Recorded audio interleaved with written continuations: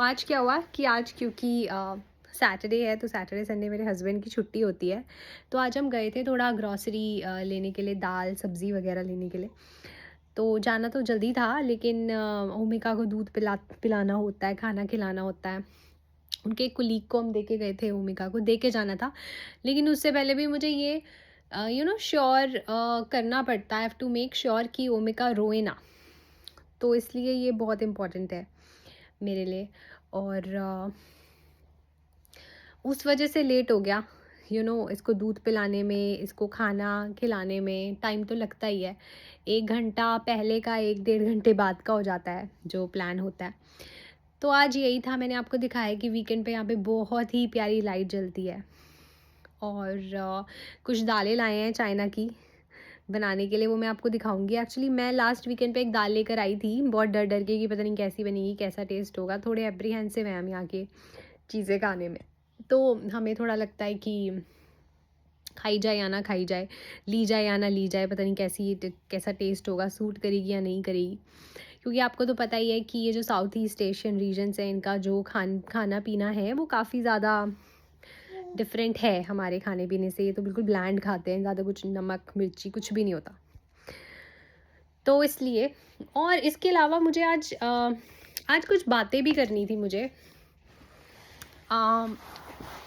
इस बारे में कि जो नई नई माएँ बनती हैं, उनकी ज़िंदगी कैसे रातों रात रातों रात तो नहीं, हम 9 महीने तक हमारा शरीर और फिज़िकली और हम मेंटली भी प्रिपेयर हो रहे होते हैं शायद से, कि अब एक जीते जागते, मतलब एक एक जीती जागती जीवित प्राणी की रिस्पॉन्सिबिलिटी आपके ऊपर आने वाली है।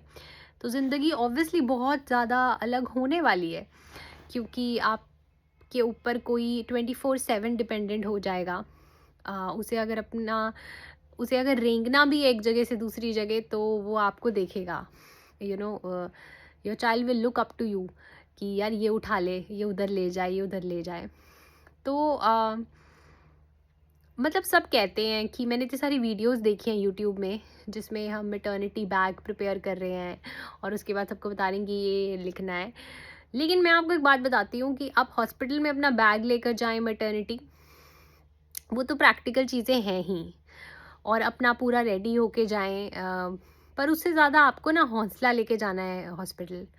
सिर्फ डिलीवरी के लिए नहीं, डिलीवरी के बाद का ये जो सफ़र है, डिलीवरी का जो टाइम होगा वो तो पेनफुल मतलब होता है, लेकिन क्षणभंगुर होता है, कुछ क्षणों के लिए होता है। लेकिन जो डिलीवरी के बाद का टाइम है वो इतना छोटा नहीं है, वो बहुत लंबा है। उसके लिए आपको हौसला चाहिए, जज्बा चाहिए, अपने ऊपर विश्वास चाहिए। और मतलब कहते तो हैं कि माओ को सैक्रिफिशियल एंटिटी मत बुलाओ, इस चीज़ को महिमा मंडित मत करो, लेकिन है माएँ, मतलब वो सैक्रिफाइस करने की मूर्त हैं, क्योंकि वो नहीं करेंगी तो कौन करेगा। और उनकी जितनी ज़रूरत है एक बच्चे को, क्या एक मेल की उतनी ज़रूरत है? मुझे नहीं लगता।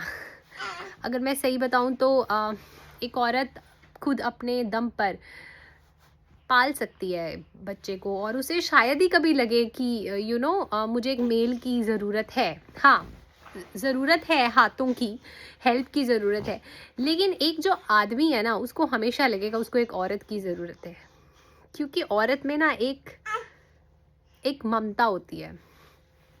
मैं ये नहीं कह रही, सिंगल फादर्स हैं बहुत, जो ओमी बिल्कुल बेड के एज पे और गिरने को तैयार है। तो सिंगल फादर्स हैं बहुत, जो बहुत ही हीरोइक तरीके से अपने बच्चों का पालन पोषण कर रहे हैं, और मेरे लिए मेरे मन में उनके लिए बहुत आदर है। पर मैं आपको एक बात बताऊं, औरतों की इज्जत सिर्फ इसीलिए नहीं करनी चाहिए, मतलब कि ये एक अलग जेंडर है। मैं एक बहुत कट्टर फेमिनिस्ट हूँ। तो ये कहना कि औरतों की इज्जत इसलिए ज़्यादा कर लो क्योंकि ये देख ले, इसको नीचे आना था, इसने ऊपर से नीचे छलांग मार दी। तो ये भी शायद बातें सुनना चाहती है, तो मैं इसको यहाँ रख देती हूँ।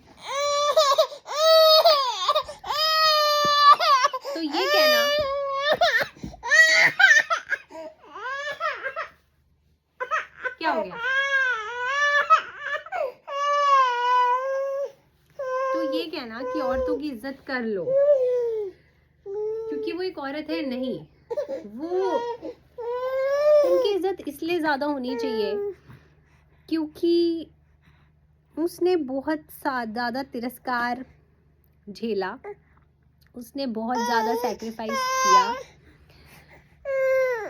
सबकी बातें सुनते हुए और बातों का बहुत प्रेशर लेके उसने एक बच्चे को बड़ा किया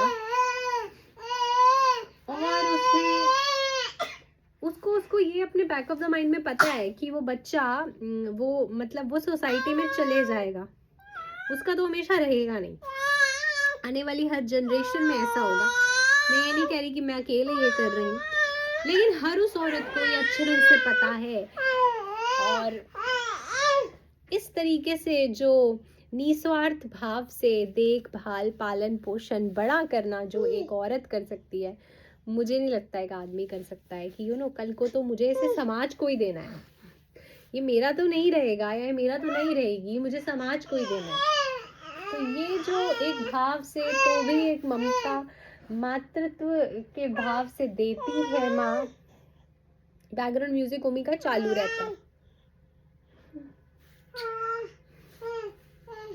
मैं कहती हूँ इसका सैल्यूट है। जब तक मैं एक माँ नहीं बनी थी तब तक मुझे लगता था यार माँ है तो करेगी ही ना, माँ है तभी ममता है।